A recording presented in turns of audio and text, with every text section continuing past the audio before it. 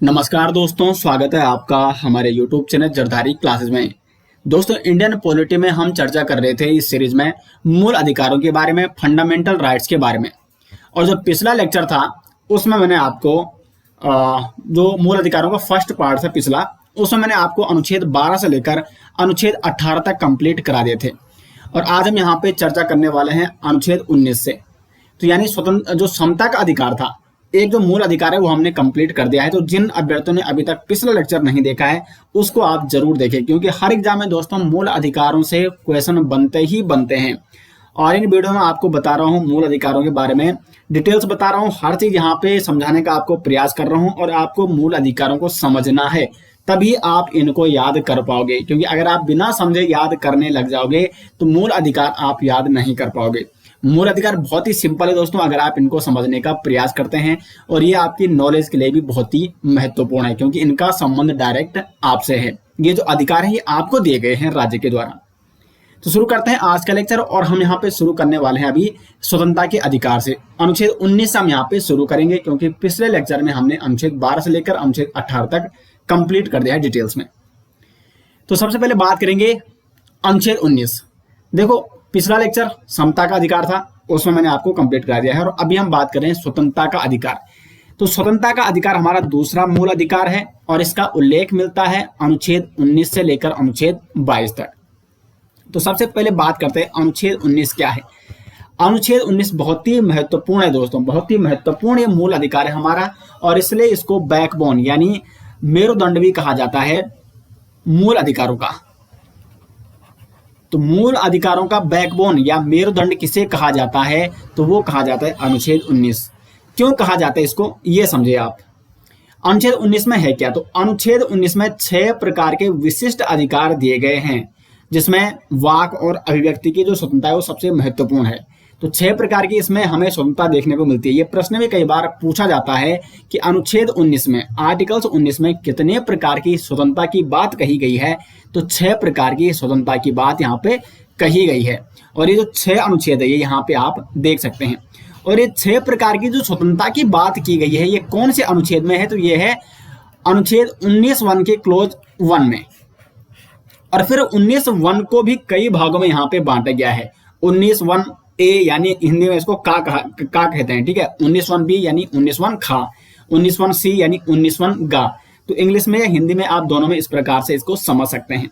तो पहले क्या है, अनुच्छेद 1 देख लेते हैं। अनुच्छेद 1 ए है जो अनुच्छेद 1 में मैं आपको बता चुका हूं कि क्या है, 6 प्रकार की स्वतंत्रता है।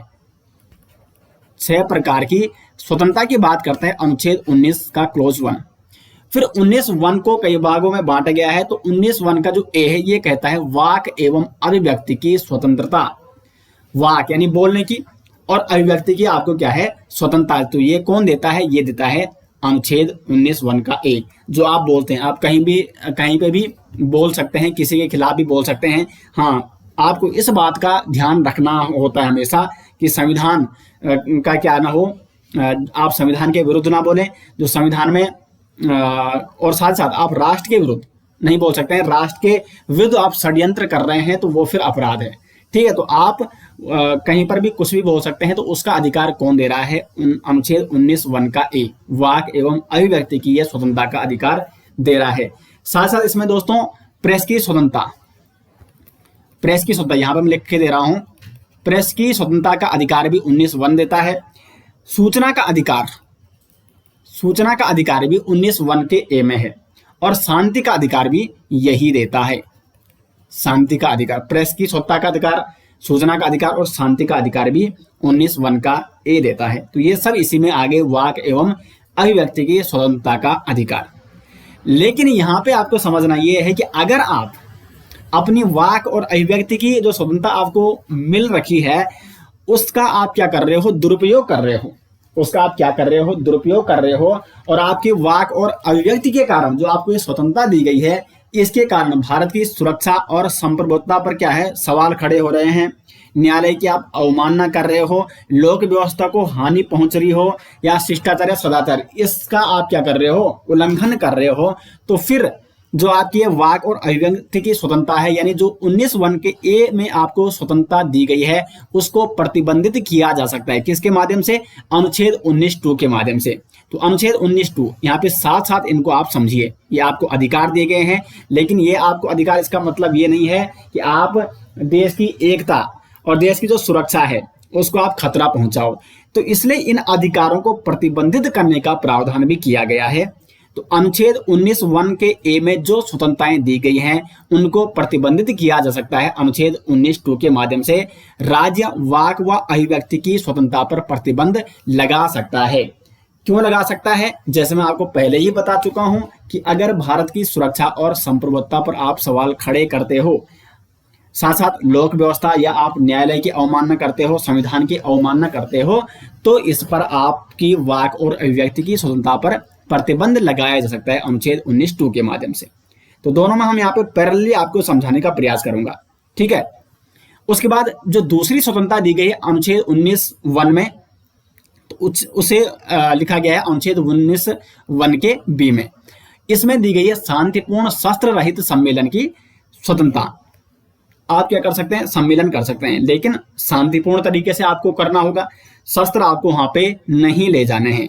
तो जैसे आपने देखोगा कई सभाएं आयोजित की जाती है, कई संगठन क्या करते हैं, संगठन गठित हो रखे हैं और वो अपनी सभाएं और अपने विचार वो रखते हैं।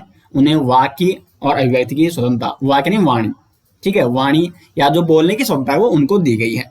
लेकिन इसमें भी वही है, अगर आप देश के विरुद्ध कुछ षड्यंत्र कर रहे हो, अगर आप सम्मेलन कर रहे हो, लेकिन उसमें यह पाया जाता है कि आप देश के विरुद्ध उस सम्मेलन का आयोजन कर रहे हो, तो फिर अनुच्छेद 19(3) के तहत राज्य राष्ट्र की एकता और अखंडता के आधार पर, अर्थात कानून व्यवस्था भंग होने की आशंका होने पर इस अधिकार पर प्रतिबंध लगा सकता है। तो अनुच्छेद 3 के माध्यम से, अनुच्छेद 19(3) के माध्यम से 19(1) में जो स्वतंत्रता दी गई है आपको, शांतिपूर्ण शस्त्र रहित सम्मेलन की स्वतंत्रता, इस पर प्रतिबंध लगाया जा सकता है। किसके माध्यम से? अनुच्छेद 19 क्लॉज 3 के माध्यम से। तो यहाँ पे ये अधिकार है और इन पर प्रतिबंध जो लगाता है वो ये वाले हैं, ठीक है। इस ब्लॉक में जो मैंने, इस साड़ी में जो मैंने क्या कर रखे हैं, अधिकार जो यहाँ पे लिखे हैं, जो अनुच्छेद यहाँ पे लिखे हैं। फिर 19(1) क्या कहता है कि समूह एवं संघ बनाने की स्वतंत्रता। तो समूह और संघ बनाने की, इतने सारे संघ और समूह बने हैं भारत में, तो ये उनको अधिकार कौन देता है? ये उनका मूल अधिकार है और ये कौन दे रहा है? अनुच्छेद 19(1) का सी।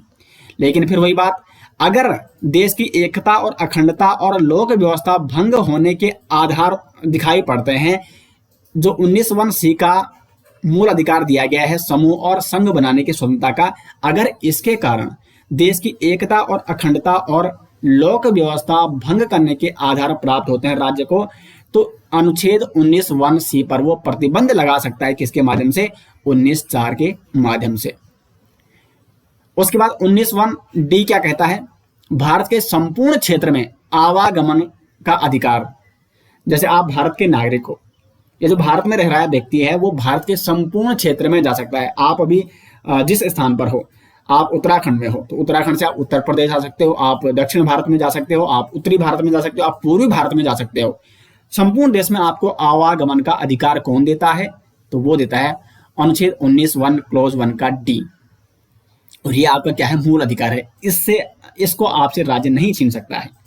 लेकिन फिर वही बात कि अगर आप इससे क्या कर रहे हो, आप जा रहे हो, आवागमन कर रहे हो, दूसरे क्षेत्र में आप चले गए, लेकिन वहां पर आपने क्या कर दिया, जो वहां की जनता है उसके हितों अथवा जो अनुसूचित जनजाति के हित हैं, या आप कहीं ऐसे क्षेत्र में चले गए जहां पे अनुसूचित जनजाति के क्षेत्र है या जो जनजातीय क्षेत्र है, जनजातीय जो ट्राइब एरिया है, वहां पर आप चले गए और उनके दैनिक जीवन में, उनकी सामाजिक व्यवस्था पर आपने क्या कर दिया? हस्तक्षेप कर दिया, उनका आप शोषण कर रहे हो, तो फिर इस आधार पर आपको जो स्वतंत्रता दी गई है 19(1) के डी में, इसको प्रतिबंधित किया जा सकता है अनुच्छेद 19(5) के माध्यम से। तो उम्मीद करते हैं कि आप पैरेलली यहाँ पे समझने का प्रयास कर रहे होंगे। जो मैं यहाँ पे बता रहा हूँ आपको, इसको किस प्रकार से प्रतिबंधित किया जा सकता है वो मैं आपको इधर भी बताने का प्रयास कर रहा हूँ। उसके बाद 19(1) का ई, ये किस प्रकार की स्वतंत्रता देता है? तो भारत के किसी भी क्षेत्र में निवास का आपको अधिकार है। आप कहीं भी रह सकते हैं, आप मुंबई जा सकते हैं, आप दिल्ली में निवास कर सकते हैं, आप किसी भी क्षेत्र में निवास कर सकते हैं। लेकिन फिर वही बात, तो मतलब जो 19(1) का ई है, ये जो स्वतंत्रता आपको दी गई है अनुच्छेद 19(1) के ई में, इस पर प्रतिबंध भी लगाया जा सकता है। किसके माध्यम से? अनुच्छेद 19(5) के माध्यम से। तो जो अनुच्छेद 19 का 5 है, 5वां क्लॉज है, ये दो स्वतंत्रताओं को प्रतिबंधित कर सकता है। एक तो भारत के संपूर्ण क्षेत्र में आवागमन का अधिकार की स्वतंत्रता, और दूसरी भारत के किसी भी क्षेत्र में निवास के अधिकार की स्वतंत्रता को यह प्रतिबंध कर सकता है, अगर आपने जनता के हितों या जो अनुसूचित जनजाति के हितों के विरुद्ध आपने कुछ कार्य किया है, या साथ साथ जो ट्राइब्स एरिया हैं उनके जीवन में आपने दखल डाली है, उनका शोषण आपने किया है, या जो भी अगर आपने ऐसे कार्य किए हैं जो संविधान के विपरीत हैं, जो नियमों के विपरीत हैं, तो ये अधिकार आपसे छीन लिए जाएंगे, इन पर प्रतिबंध लगाया जाएगा। और उसके बाद जो छठा आपको यहाँ पे स्वतंत्रता का अधिकार दिया गया है अनुच्छेद 19 के क्लॉज 1 के जी में, वो है व्यवसाय करने का अधिकार। भारत के जो लोग हैं वो कई क्षेत्रों में व्यवसाय करने जाते हैं, जैसे आप भी हैं। तो आप मोस्टली लोग ऐसे होते हैं कि जहां उनका जन्म होता है वहां नहीं करते, वो बाहर जाते हैं व्यवसाय करने के लिए। आप जॉब करने जाते हो, व्यवसाय करने जाते हो, तो ये अधिकार आपको कौन दे रहा है? ये आपका मूल अधिकार है जो कि राज्य दे रहा है, और इस मूल अधिकार का विवरण संविधान में किया गया है अनुच्छेद 19(1) के जी में। तो ये 6 प्रकार के, ये 6 स्वतंत्रता के अधिकार आपको दिए गए हैं 19(1) में, और इसीलिए इसको कहा गया है बैकबोन ऑफ फंडामेंटल राइट्स। क्योंकि अगर आपको ये अधिकार नहीं होते दोस्तों, तो सोचो, आप बोल भी नहीं सकते थे कुछ, आप सम्मेलन नहीं कर सकते थे, आप संघ नहीं बना सकते थे, सभा नहीं आयोजित कर सकते थे, आप आवागमन नहीं कर सकते थे कहीं, सिर्फ जहां आपने जन्म लिया सिर्फ आप वहीं रह सकते थे, साथ साथ कहीं और निवास नहीं कर सकते थे, और व्यवसाय करने की आपको इजाजत नहीं होती। तो जितने भी आपके मूलभूत जो आप कार्य करते हो, ये सब कहाँ है? ये सब है 19(1) के माध्यम से आपको ये दिए गए हैं।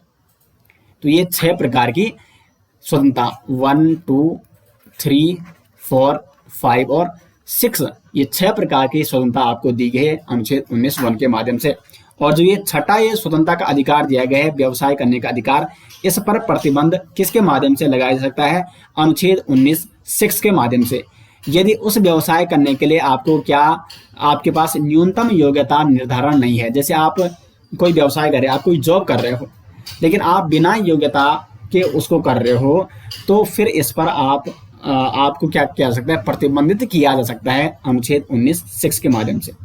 ठीक है, तो सारे जो अधिकार हैं, देखो सारे जो अधिकार हैं वो 19(1) में दिए गए हैं। फिर 19(1) को बांट गया 19(1)A, 19(1)B, 19(1)C, D, E, G, और फिर 19(2), 19(3), 19 का क्लोज 4, 19 का क्लोज 5 और 19 का क्लोज 6, ये सारे 1, 2, 3, 4, 5, ये पांचों के पांचों क्या करते हैं? 19(1) को प्रतिबंधित करने का कार्य कर रहे हैं। यानी 19(1) में जो आपको 6 प्रकार के स्वतंत्रता के अधिकार दिए गए हैं, लेकिन अगर उन अधिकारों का आप क्या कर सकते हो? फायदा उठाकर उनका उल्लंघन करते हो, देश की एकता और अखंडता को तोड़ने का प्रयास करते हो, तो फिर 19(2), 19(3), 19(4), 19(5) और 19(6) के माध्यम से आपको प्रतिबंधित किया जा सकता है उन मूल अधिकारों से।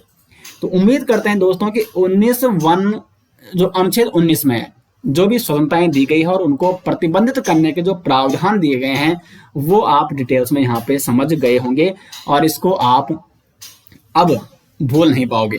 और अनुच्छेद 19 ये भी केवल नागरिकों के लिए है। देखो 15, 16, 19, 29 और 30, ये 5 मूल अधिकार ऐसे हैं दोस्तों जो केवल भारतीय नागरिकों को प्राप्त है, ये विदेशी नागरिकों को प्राप्त नहीं है। ठीक है, और साथ साथ 19 एक है, देखो 14, 19 और 21, ये 3 मौलिक अधिकार ऐसे हैं 14, 19 और 21 जिन्हें मूल अधिकारों का स्वर्ण त्रिभुज कहा जाता है। तो मूल अधिकार का स्वर्ण त्रिभुज किसे कहा जाता है? अनुच्छेद 14, 19 और 21। तो यहाँ पर उम्मीद करते हैं कि अनुच्छेद 19 आपको डिटेल्स में समझ में आ गया होगा। अब आगे बढ़ते हैं और बात करते हैं अनुच्छेद 20 के बारे में। अनुच्छेद 20 ये भी आपका क्या है? ये भी स्वतंत्रता का अधिकार है। स्वतंत्रता का अधिकार 19, 20, 21, 22, ये जो 4 अनुच्छेद हैं, ठीक है, ये सभी स्वतंत्रता के अधिकार हैं। तो अनुच्छेद 20 में क्या है, दोष सिद्धि के संबंध में संरक्षण।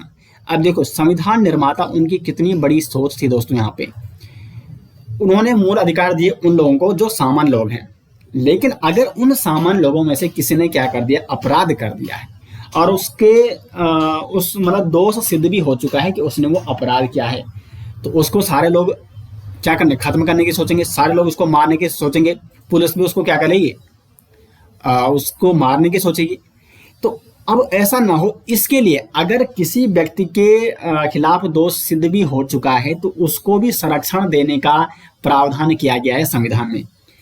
ठीक है, यानी उसको भी एक पूरी तरीके से उसको अपने बोलने का अधिकार हो या पूरी मतलब कुल के कानून के सापेक्ष उसको सजा मिले या कानून उसकी सजा का निर्धारण करे, कोई अपनी मर्जी से उसको जैसी मर्जी वैसी सजा न दे।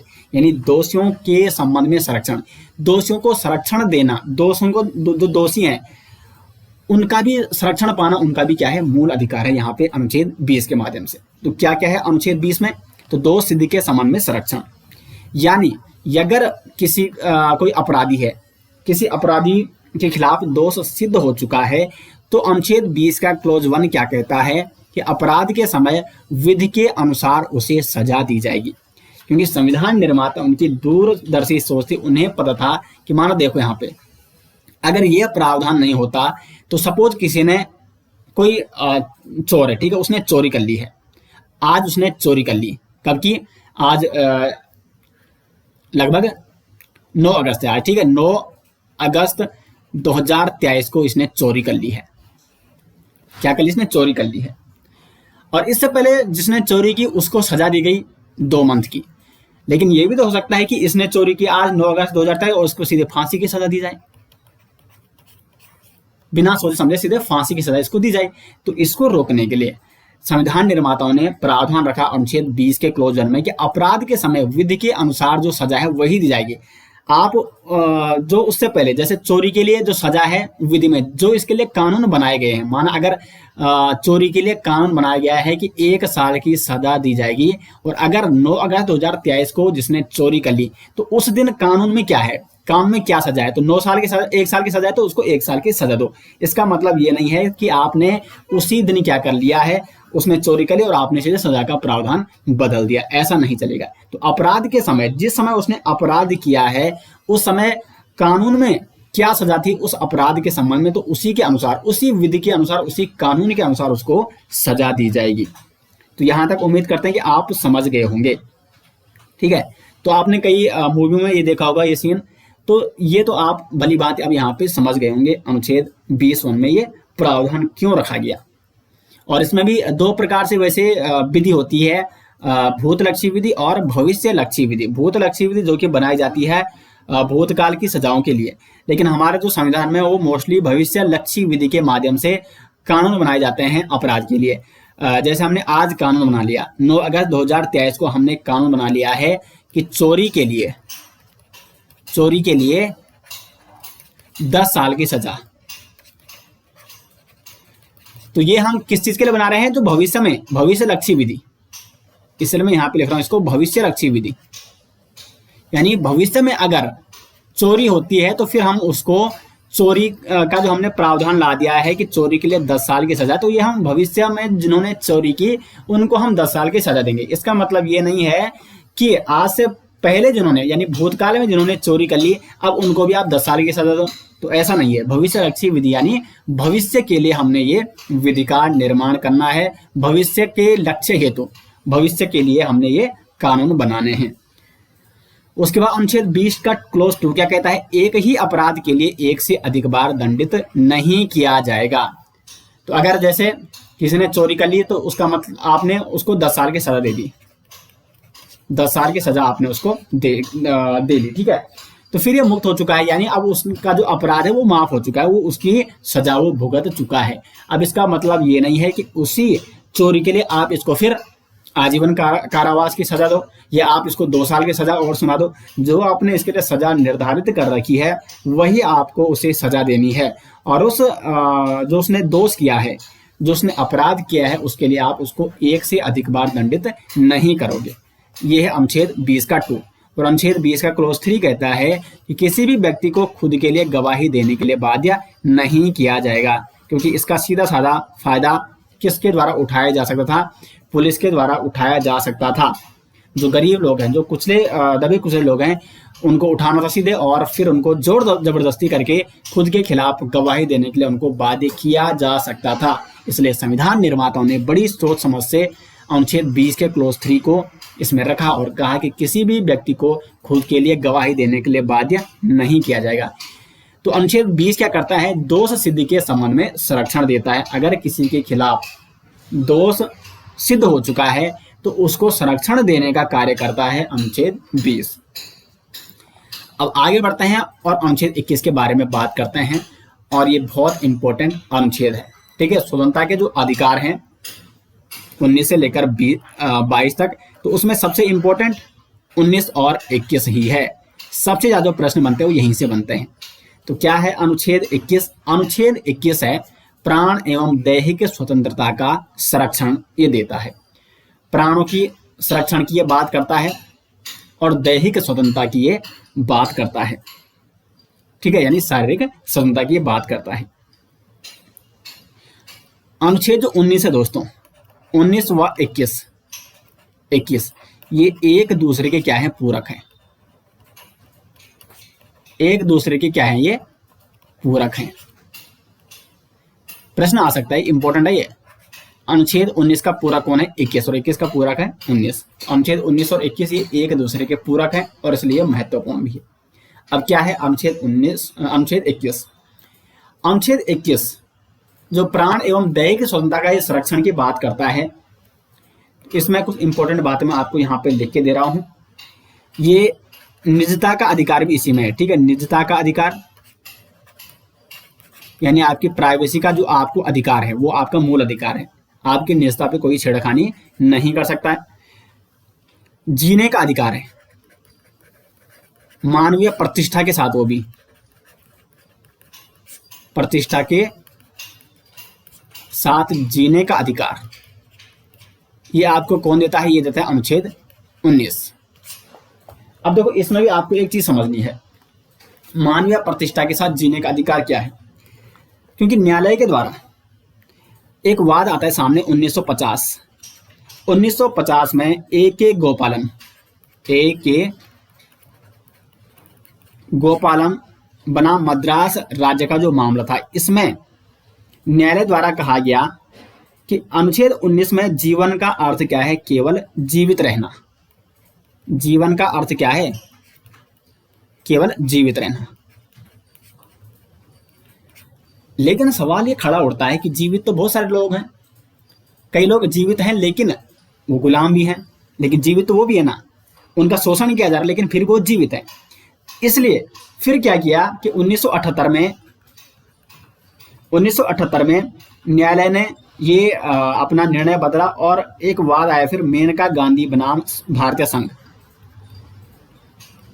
मेनका गांधी वाद, गांधी बनाम भारतीय संघवाद, ये कब आया? ये आया था 1978 में। और इसमें न्यायालय ने क्या कहा कि जीवन जीने का अधिकार केवल सिर्फ जीना नहीं है, बल्कि क्या है? मानवीय गरिमापूर्ण जीवन जीने का अधिकार है। तो मानवीय प्रतिष्ठा के साथ जीने का अधिकार होना चाहिए, मानवीय गरिमापूर्ण जीवन जीने का अधिकार होना चाहिए, उसको भोजन का अधिकार होना चाहिए, उसको गोपनीयता का अधिकार होना चाहिए, स्वच्छ पर्यावरण का उसको अधिकार होना चाहिए। तो जीवित रहना का मतलब सिर्फ क्या है? जीना नहीं है, बल्कि क्या है? उसको मानवीय प्रतिष्ठा के साथ जीने का अधिकार दिया जाना चाहिए। तो मानवीय प्रतिष्ठा के साथ जीने का अधिकार या गौरवपूर्ण जीवन जीने का अधिकार, ये किस वाद में ये बात कही है न्यायालय ने? ये कही है मेनका गांधी बनाम भारतीय संघवाद 1978 में। उसके बाद देखो, दैहिक स्वतंत्रता, प्राणों की स्वतंत्रता, यानी प्राण यानी जो आपके प्राण, जो आपका जीवन है उसकी आपको स्वतंत्रता है, आप जी सकते हैं। लेकिन क्या यहाँ पे आपके मन में एक सवाल उठना चाहिए कि क्या मृत्यु का अधिकार? क्योंकि जीवन के विपरीत क्या है? मृत्यु। तो मृत्यु का अधिकार क्या है? मौलिक अधिकार है या नहीं है, या ये एक अपराध है? तो इसको समझने का आप प्रयास कीजिए, बहुत ही महत्वपूर्ण वाद है। इस पर भी संविधान में कई बार ये मामला उठा था, ठीक है। तो पहले एक वाद आता है 1994 का। 1994 में एक वाद आया और ये था पी रथिनाम बनाम भारत संघ। पी रथिनाम वाद 1994, पी रथिनाम बनाम भारत संघ। इसमें न्यायालय द्वारा कहा गया कि आत्महत्या के अधिकार को मूल अधिकार का दर्जा दिया गया। तो इसमें कहा गया कि जो आत्महत्या है ये भी क्या है, मूल अधिकार है। अगर कोई व्यक्ति आत्महत्या कर रहा है तो वो उसका क्या है, मूल अधिकार है, वो उसको कर सकता है। लेकिन फिर अब देखो यहाँ पे प्राणों की स्वतंत्रता का अधिकार है, प्राणों का यहाँ पे क्या है, स्वतंत्रता का अधिकार है। तो अगर कोई व्यक्ति आत्महत्या कर रहा है तो यहाँ पे फिर एक वाद आता है, ज्ञान कौर बनाम पंजाब राज्य 1996। ज्ञान कौर बनाम पंजाब राज्यवाद। और इसमें कहा गया कि आत्महत्या के अधिकार को मूल अधिकार स्वीकार नहीं किया जाएगा। तो फिर यहाँ पे जो आत्महत्या का अधिकार है ये अब मूल अधिकार नहीं है। आत्महत्या को मूल अधिकार कब कहा गया, पी रथिनाम वाद 1994 में, बल्कि आत्महत्या को मूल अधिकार से हटाया गया 1996 के ज्ञान कौर वाद के माध्यम से। तो इसमें कहा गया कि जो आत्महत्या का अधिकार है वो मूल अधिकार नहीं है। तो आत्महत्या क्या है, एक कानूनी अपराध है। आत्महत्या मूल अधिकार नहीं बल्कि ये एक अपराध है। लेकिन फिर भी दोस्तों मृत्यु भी दो प्रकार की है और मृत्यु का अधिकार मूल अधिकार भी है। अब कैसे, आपको ये समझना होगा यहाँ पे कि जब आत्महत्या का, आपके मन में सवाल उठना चाहिए कि जब आत्महत्या का अधिकार क्या है, वो कानूनी अपराध है, वो अपराध है, तो फिर मृत्यु का अधिकार मूल अधिकार कैसे है। तो मृत्यु भी दो प्रकार की होती है। एक होती है निष्क्रिय मृत्यु, निष्क्रिय मृत्यु, निष्क्रिय मृत्यु, और एक होती है सक्रिय मृत्यु, सक्रिय मृत्यु। तो न्यायालय ने कहा कि जो निष्क्रिय मृत्यु का अधिकार है वो एक मूल अधिकार है, सक्रिय मृत्यु मूल अधिकार नहीं है। तो पहले इसको समझिए कि निष्क्रिय मृत्यु क्या है और सक्रिय मृत्यु क्या है।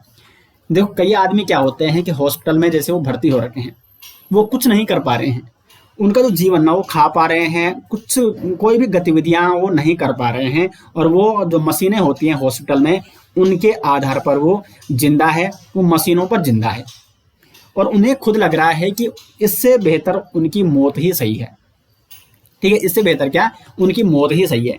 तो इसलिए अगर इनका जीवन टिका है रक्षक प्रणाली पर, रक्षक प्रणाली पर इनका जीवन टिका है, और इन्हें लग रहा है कि इस रक्षक प्रणाली पर अगर इनका जीवन टिका है तो ये इनके लिए खुद भी सही नहीं है और जो इनके साथ लोग हैं उन्हें भी परेशानी हो रही है, और ये स्वयं ये डिसाइड करना चाहते हैं कि इससे अच्छी मेरी मौत है, और अगर ये मौत चुनते हैं तो ये इनका मूल अधिकार है। यानी रक्षक प्रणाली पर टिके जीवन की जो मृत्यु है, अगर वो चाहता है कि उसकी रक्षक प्रणालियां हटाकर उसको मृत्यु दी जाए तो ये इसका मूल अधिकार है। यानी निष्क्रिय मृत्यु क्या है, मूल अधिकार है। लेकिन वहीं दूसरी ओर फिर इसका दुरुपयोग भी हो सकता था। तो इसलिए यहाँ पे संविधान में क्या है उल्लेखित है, सक्रिय मृत्यु मूल अधिकार नहीं है। सक्रिय मृत्यु क्या होती है, जैसे कोई बीमार आदमी है, ठीक है, उसको डॉक्टरों के द्वारा ऐसी दवाइयां दी जा सकती हैं, या ऐसे कुछ ऐसे साधनों के द्वारा उसकी मतलब उसकी बिना उसकी विरुद्ध उसकी इच्छा नहीं है फिर भी उसको मृत्यु दी जा सकती है दवाइयों के कारण, या कुछ ऐसे ड्रग्स उसमें दिए जा सकते हैं कि उसकी मृत्यु हो जाए। तो ये सक्रिय मृत्यु है। सक्रिय मृत्यु यानी दूसरों के द्वारा जो हो रही है, दूसरों की इच्छा के माध्यम से। तो ये मूल अधिकार नहीं है। मूल अधिकार क्या है, मृत्यु का अधिकार मूल अधिकार है, लेकिन कौन सी मृत्यु, वो केवल निष्क्रिय मृत्यु का अधिकार मूल अधिकार है। तो अब आप समझ गए होंगे कि मृत्यु का अधिकार जो निष्क्रिय मृत्यु है इसका अधिकार ये मूल अधिकार है। और ये किस वाद में कहा गया न्यायालय के द्वारा, सुप्रीम कोर्ट द्वारा, तो अरुण रामचंद्र शानबाग बनाम भारत संघ 2011 में एक मामला आया था। अरुण रामचंद्र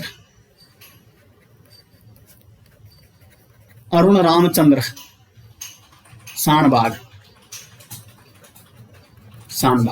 अरुण रामचंद्र शानबाग केस 2011 में सुप्रीम कोर्ट ने यह माना कि जो निष्क्रिय मृत्यु है वो क्या है, मूल अधिकार है।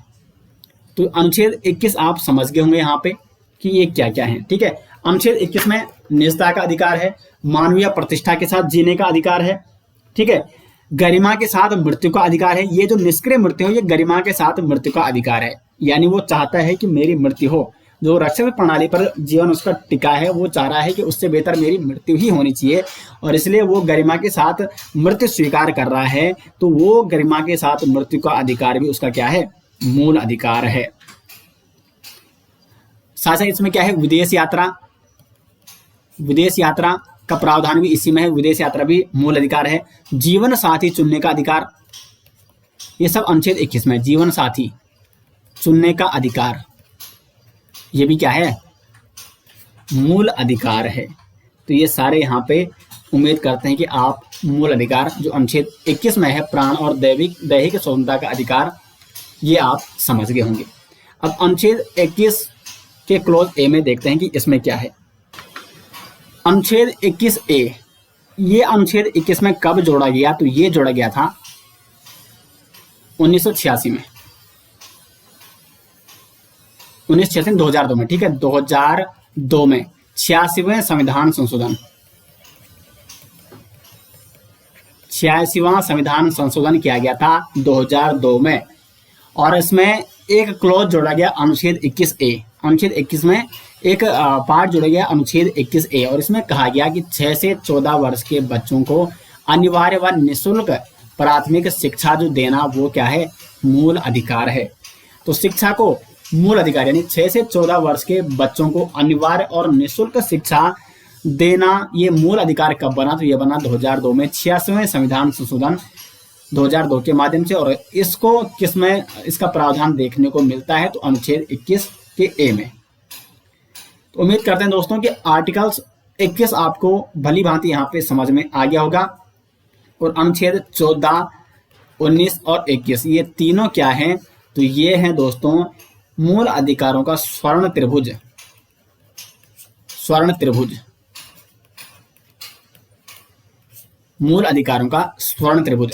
अनुच्छेद 14 जहां आपको क्या देता है, कानून के समक्ष समता का अधिकार देता है, विधि के समक्ष समता का अधिकार देता है। अनुच्छेद 19 आपको 6 प्रकार की स्वतंत्रताएं प्रदान कर सकता है। वाक और अभिव्यक्ति की आपको स्वतंत्रता देता है, बिजनेस करने की स्वतंत्रता देता है, आपको घूमने की स्वतंत्रता देता है, एक स्थान से दूसरे स्थान में जाने की स्वतंत्रता देता है, बसने की स्वतंत्रता देता है। और अनुच्छेद 21 ये तो इंपॉर्टेंट है, ये आपको प्राण और दैहिक स्वतंत्रता देता है, आपके जीवन की ये स्वतंत्रता आपको देता है। नहीं तो आपके जीवन पे किसी का भी अधिकार हो सकता था, और जैसे पहले होता था, जो शासक होता था वो अपनी मर्जी से क्या करता, किसी को भी दंड दे सकता था। बहुत सारे ऐसे जो क्रूर शासक थे, ठीक है, लेकिन इसलिए यहाँ पे लोकतंत्र में मूल अधिकार एक इम्पोर्टेंट फैक्टर है। अब आगे बढ़ते हैं और बात करते हैं अनुच्छेद 22। तो ये स्वतंत्रता का जो अनुच्छेद वो अंतिम अनुच्छेद है, ठीक है। स्वतंत्रता के जो अधिकार दिए गए हैं अनुच्छेद 19 से लेकर 22 तक, 19, 20, 21, 22 ये 4 आर्टिकल्स जो कि स्वतंत्रता के अधिकार इसमें मिलते हैं। तो ये अंतिम है, और ये वीडियो हम इसी के साथ समाप्त करेंगे, क्योंकि नहीं तो जो नेक्स्ट जो आर्टिकल्स बचे हैं या जो अन्य मूल अधिकार बचे हैं उनको हम अगले लेक्चर में डिस्कस करेंगे। तो अनुच्छेद 22 क्या है, इसको समझो आप। अनुच्छेद 22 करता है गिरफ्तारी और निरोध से संरक्षण। देखो अनुच्छेद 20 और 22 लगभग सेम ही है। अनुच्छेद 20 क्या करता है कि अगर किसी के खिलाफ दोष सिद्ध हो चुका है तो फिर उसे संरक्षण कैसे देना है, वो बात करता है अनुच्छेद 20। यानी अनुच्छेद 20 बोलता है कि दोष सिद्धि के संबंध में संरक्षण। उसी प्रकार दोष सिद्ध हो गया, अगर किसी को गिरफ्तार कर लिया है, तो जब गिरफ्तार कर लिया है तो उसके साथ तो किसी भी प्रकार का व्यवहार किया जा सकता है पुलिस के द्वारा। तो इसलिए इससे उसको बचाने के लिए, उसको संरक्षण देने के लिए, उस गिरफ्तार हुए व्यक्ति को संरक्षण देने के लिए अनुच्छेद 22 में प्रावधान है, और वो है गिरफ्तारी और निरोध से संरक्षण। तो अनुच्छेद 22 में, अनुच्छेद 22 का क्लोज 1 क्या कहता है, देखो यहाँ पे, मनमानी गिरफ्तारी से संरक्षण। यानी आप किसी भी व्यक्ति को मनमानी से गिरफ्तार नहीं कर सकते हो। अगर आप उसको गिरफ्तार करते हो, अगर पुलिस किसी व्यक्ति को गिरफ्तार करती है तो गिरफ्तार करने का कारण उसे बताना होगा, पुलिस को उस व्यक्ति को बताना होगा जिसको वो गिरफ्तार कर रही है, और साथ ही साथ उसे अपने मनपसंद वकील से परामर्श करने का भी अधिकार है जिसे गिरफ्तार किया गया है। अनुच्छेद 22 का 2 कहता है कि हिरासत लेने के 24 घंटे की अवधि में कोर्ट में उसे प्रस्तुत करना होगा। तो 24 घंटे का समय है। जैसे वो इसको गिरफ्तार कर लिया, ठीक है, तो वैसे ही उसको 24 घंटे की अवधि में कोर्ट में प्रस्तुत करना होगा। ये उस गिरफ्तार हुए व्यक्ति का मूल अधिकार है। 24 घंटे से आप डिले नहीं कर सकते हो। तो ये पुलिस को बताया गया है कि आपको उस व्यक्ति को उसका मूल अधिकार है कि उसे 24 घंटे की अवधि में कोर्ट में प्रस्तुत करना होगा। लेकिन यहाँ पे देखो, गिरफ्तारी भी दो प्रकार की होती है। गिरफ्तारी दो प्रकार की होती है। कौन कौन से प्रकार की? एक होती है दंड विषयक। दंड विषयक, इसके नाम से ही आप समझ गए होंगे। दंड विषयक यानी अगर आपने कोई दंड अपराध किया है, यानी अपराध क्या हो चुका है, अपराध घोषित हो चुका है, अपराध घोषित हो चुका है, तो फिर आपको दंड विषयक के माध्यम से आपकी गिरफ्तारी की जाएगी। और अगर आप दंड विषयक मामले में, यानी अपराध घोषित हो चुका है, दंड विषयक मामले में आपको गिरफ्तार किया जा रहा है, तो फिर अनुच्छेद 22(1) और अनुच्छेद 22(2) ये आपके लिए हैं, ये आप पर फल होंगे। लेकिन एक दूसरा गिरफ्तारी का प्रकार होता है, वो होता है निवारक निरोध। निवारक निरोध यानी अगर आप किसी को निवारण करने के लिए, इसका आप मतलब समझे। देखो क्या होता है, कई बार क्या होता है कि किसी के प्रति शक हो जाता है या अपराध की आशंका हो जाती है, तो अपराध करने से पहले ही, अपराध करने से पहले,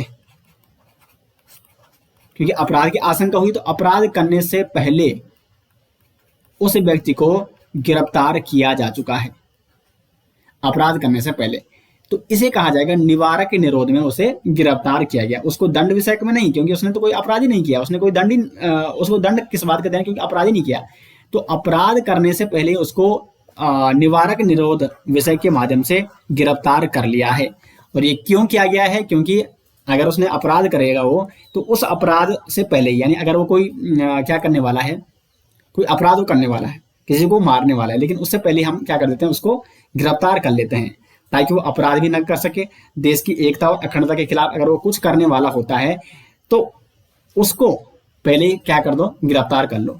तो इसे कहा जाता है निवारक निरोध, यानी उसको सुधारने के लिए उसको निवारक निरोध कहा जाएगा। तो इसके लिए, क्योंकि ये तो किसी दंड विषयक में या अपराध पर घोषित ही नहीं हुआ, इसलिए इसको गिरफ्तार किया गया है, तो ये यानी वो अपराधी नहीं है अभी। तो ये जो अनुच्छेद 22(1) है और अनुच्छेद 22(2) ये केवल इसके लिए है, निवारक निरोधक मामले में जो गिरफ्तार किया गया है उसके लिए नहीं है, क्योंकि उसने अपराध ही नहीं किया, उससे पहले ही उसको गिरफ्तार कर लिया है। और फिर अनुच्छेद 22(4) क्या कहता है, निवारक निरोध में रखे गए लोगों के लिए प्रावधान इसमें रखे गए हैं। क्या प्रावधान इसमें? तो निवारक निरोध में व्यक्ति की हिरासत 3 माह से ज्यादा नहीं बढ़ाई जा सकती है, ठीक है। और जिस व्यक्ति को निवारक निरोध में हिरासत में लिया गया है, उसे उसका कारण बताया जाएगा और मनपसंद वकील से वो परामर्श ले सकता है। तो निवारक निरोध में, क्योंकि ये जो अनुच्छेद 22(1) और अनुच्छेद 22(2) में जो यहाँ पे प्रावधान है, वो किसके लिए? जिस पर अपराध घोषित हो चुका है और उसको दंड विषयक मामले में गिरफ्तार किया गया है। लेकिन जिस व्यक्ति पर अपराध घोषित नहीं है, वो अपराध करने वाला था, उससे पहले ही उसको गिरफ्तार किया जा चुका है ताकि वो अपराध न कर सके, तो उसे कहते हैं निवारक निरोध विषयक में उसे गिरफ्तार किया गया। तो फिर इसके लिए यहाँ पे अनुच्छेद 22(4) में ये प्रावधान रखे गए हैं। तो ये प्रावधान है इसके लिए। तो ये हो गई दोस्तों स्वतंत्रता के अधिकार, अनुच्छेद 19 से लेकर अनुच्छेद 22 तक। और काफी डीपली मैंने काफी डिटेल्स में आपको हर चीज बताने का प्रयास किया है। उम्मीद करता है कि आपको ये समझ में आ गया होगा। वीडियो कैसे लगी कमेंट बॉक्स में जरूर बताएं। मिलता है नेक्स्ट वीडियो के साथ, तब तक के लिए धन्यवाद।